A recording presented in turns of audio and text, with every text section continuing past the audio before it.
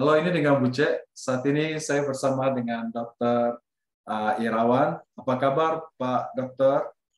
Baik, baik, baik. Ya, Terima jadi kasih. ya hari ini kayaknya kita mau bahas mengenai suntikan kosong nih, ya. Oke. Ya, saya silakan. Apa yang menjadi concern dari Pak Dokter Irawan?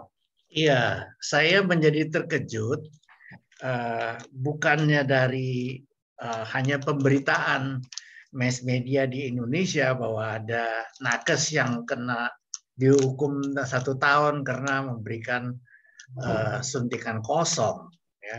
Tetapi setelah saya telusuri di YouTube, ya, ada juga terjadi ini di Jerman.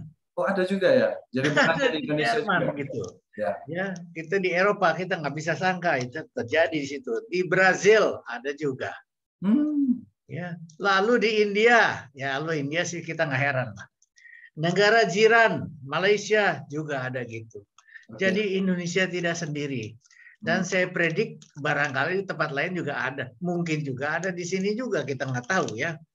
Nah, berangkat dari itu, maka saya coba untuk membuat suatu peringatan ya, dan bagaimana kita bisa mencegah gitu loh. Sebab begini, kata mencegah ini saya betul-betul merasa ingat sekali tante saya itu pernah mengajarin saya sesuatu yang penting sekali. Apa itu? Yaitu lebih baik kita mencegah daripada kita menangkap orang. Ya. Tante saya itu adalah Ibu Nur Hayati yang sebagai pendiri Hero Supermarket. Ya. Di situ banyak pegawainya juga, ya, dan juga pengunjung juga. Yang ngutil barang tuh banyak juga sebetulnya, ya toh. Jadi dia sebisanya jangan sampai ada orang ngutil barang atau pegawainya juga. Jadi dia bilang lebih baik dibentuk sistem pencegahan gitu daripada nangkep orang gitu. Kita nangkep orang energinya lebih besar daripada mencegah. Ya. Itulah yang saya pelajaran penting dapat dari dia dari dulu. Ya. Dan dalam hal ini kenapa saya mau kasih tahu, karena itu berangkat dari bulan Februari lalu ya. Yaitu saya pernah menginisiasi untuk suntikan massal untuk bagi orang Indonesia yang di Amerika ini, khususnya Southern California. Bekerja sama dengan KJRI LA. Dan Public Health, iya. Ya mulanya saya dengar dari Barbara Ferrer, Dr. Barbara Ferrer, LA County punya Public Health ya. Dia bilang boleh aja kalau kamu ada orang banyak orang ya, kasih tahu aja kita bisa bantu kasih suntikan gitu. Lalu saya kasih tahu Pak Wawan langsung bersambut lah. Dia kirim 2 konsul ke saya. Lalu jadi saya bingung sendiri sekarang. Loh, nanti siapa yang nyuntikinnya? Jadi saya bingung. Jadi saya mesti belajarin juga, kayak lihat guideline dari CDC. Saya kumpulin teman-teman dari kolega-kolega dokter saya gitu ya. Walaupun dokter gigi juga mereka bisa nyuntik lah harusnya. Jadi saya pelajari ternyata suntikan tuh 0,3 mililiter dari Pfizer ya. 0,3 ini nih. Ini adalah suntikan diabetik sebetulnya. Tetapi kalibrasi ini bagus sekali. Ini hanya muat 1 mililiter. Ya. Sehingga gampang ngelihatnya. Kalau seandainya Pfizer tuh dia adanya di 0,3, ada di sini gitu loh. Ya toh sini nih. Kalau seandainya dari Moderna adanya di tengah gitu loh. Ya 0,5. Jadi itu mudah sekali. Tapi ternyata juga bukannya hanya dari suntikannya itu, kadang-kadang ini masalahnya yang ini suntikan diabetik nggak bisa dipakai buat suntik vaksin. Karena apa? Karena diabetik ini jarumnya adalah 30 gauge dengan kepanjangan 5/8 inch. Nah, itu tidak memenuhi syarat ya. Yang memenuhi syarat adalah 1 inch ya, dengan gauge antara 22 sampai 30 gitu. Dan jadinya kayak begini gitu loh. Suntikan yang kayak begini ini ya bisa juga digunakan gitu. Ini 1 inch ya, kecuali untuk orang yang terlalu gemuk yang berat badannya di atas 265 pound itu pakai 1,5 inch. Dan suntikan itu diberikan harus tegak lurus ya, tegak lurus di muscular deltoid ini. Jadi tidak boleh menyudut gitu loh. Dari situ kita lihat juga jangan sampai kita dikelabuin sama, ya saya juga nggak tahu kenapa mereka bisa jahat ya, kasih suntikan kosong ya. Kita nggak mau tahu lah itu latar belakangnya kenapa. Tetapi hal ini bisa dicegah. Bisa dicegah. Setiap orang itu bisa mengawasi juga. Ya, para penyuntiknya itu kasih kita suntikan itu pistonnya ditancap apa enggak gitu loh. Ya. Jadi kita bisa langsung tahu gitu loh. Dan juga kita bisa minta juga nakesnya tuh yang nyuntik kita minta permisi kalau seandainya anggota keluarga kita atau kawan kita yang menemani kita mau ambil video gitu. Nah, seenggaknya kalau seandainya kita bilang gitu, itu hal-hal yang suntikan kosong mungkin bisa dikurangin atau tidak akan terjadi.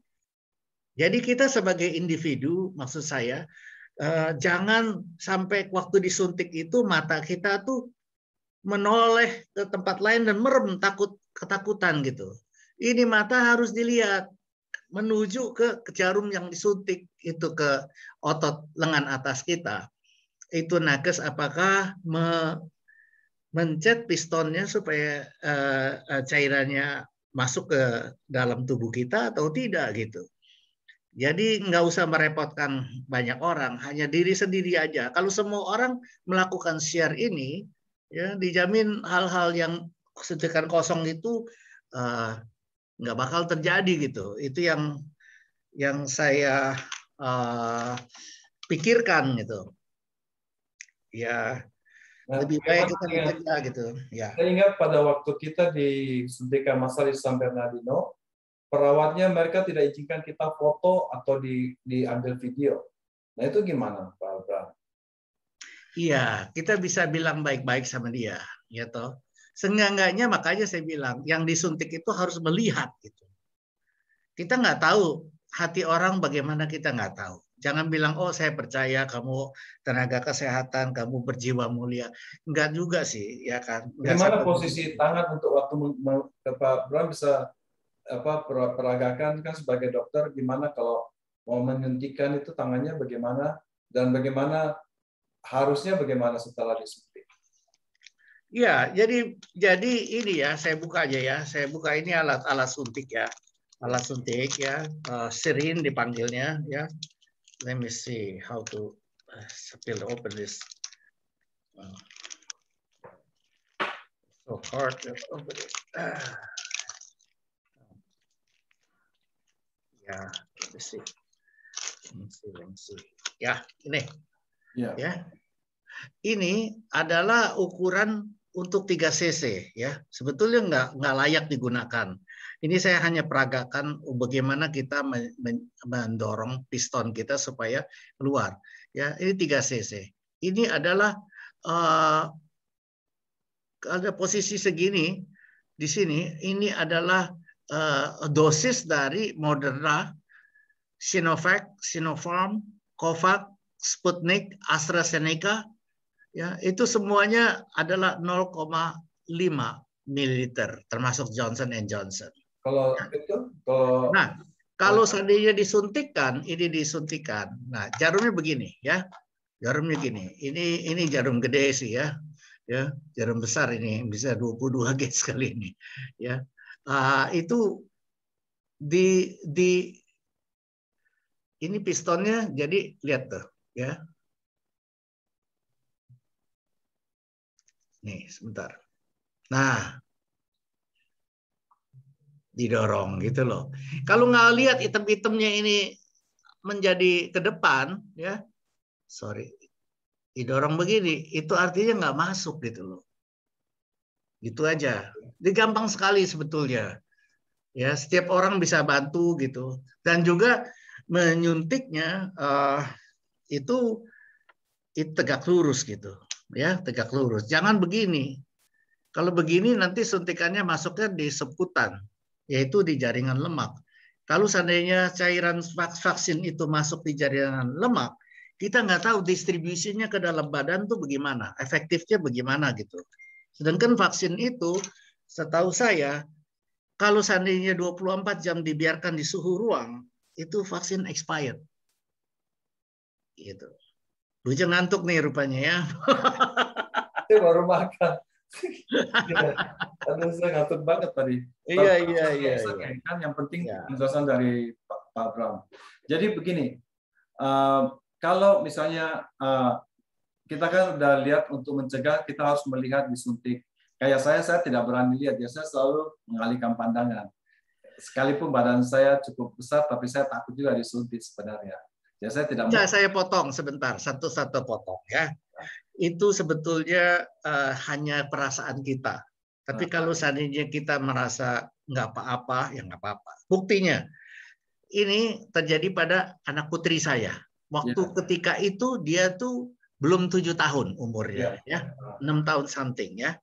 Nah, giginya di depan ini ada satu sudah tumbuh, yang satu belum tumbuh. Jadi sebelah, jadi nggak simetris gitu loh. Ya, lalu saya bawa dia ke klinik, saya kerjakan, saya potong gusinya, saya suntik supaya dia enam. Dia lihat itu sendiri di atas kaca itu, dan nggak nangis nggak apa gitu. Gitu. Jadi anak kecil aja nggak apa-apa. Saya waktu umur 7 tahun, ayah saya potong saya punya bisul di lengan, saya liatin nggak apa-apa, gitu. Jadi ya itu hanya tradisi kali ya, mesti diperbaiki. Jadi mungkin orang-orang belum tahu juga bahwa Dr. Irawan ini sekaligus adalah pemilik dari majalah Indonesia Media, which is beliau sendiri adalah seorang wartawan yang banyak melakukan research. Ya. Dari research yang Pak Dr. Irawan lihat, apa sebenarnya motivasi orang-orang ini? Kenapa sih sampai orang mau berikan vaksin kosong? Itu kan apa? Gimana itu? Dari risetnya Dr. Irawan bagaimana? Apa motivasi di belakang itu? Saya susah menjawabnya ya, tapi banyak sekali dia punya alasannya. Di antara yang hanya terpikir di benak saya, mereka mungkin bisa-bisa mau menjual vaksin itu di pasaran gelap. Jadi orang dikasih suntikan kosong, biar vaksin yang ada di tangan ini bisa dijual gitu. Bisa secara monetary. Lagi kalau seandainya ada alasan yang lain, mungkin alasan politis bisa, harus alasan kepercayaan atau agama, ya barangkali ini ya. Saya nggak berani ini. Tapi ya hal-hal yang gitu termasuk tindakan kriminal sebetulnya. Bukan tindakan ketidaksengajaan atau bukan itu. Itu adalah crime act itu. Sebab tadi saya barusan bicara dengan orang-orang dari ini dari LA ya, orang bule ya, saya bilang ada kejadian kayak gitu-gitu. Mereka kaget itu. Bahkan di Jerman dan di Brazil bisa ada gitu. Kaget juga, dan langsung dari mulutnya keluar, oh itu crime katanya. Ya. Terima kasih Dr. Irawan untuk masukannya. Ada lagi yang mau ditambahkan mengenai suntikan kosong ini? Saya rasa ada lagi ya. Saya cuma minta orang berani aja untuk lihat, jangan merem gitu. Tengok aja ke sana. Terima kasih Dr. Irawan. Ya, terima kasih waktunya. Bye-bye.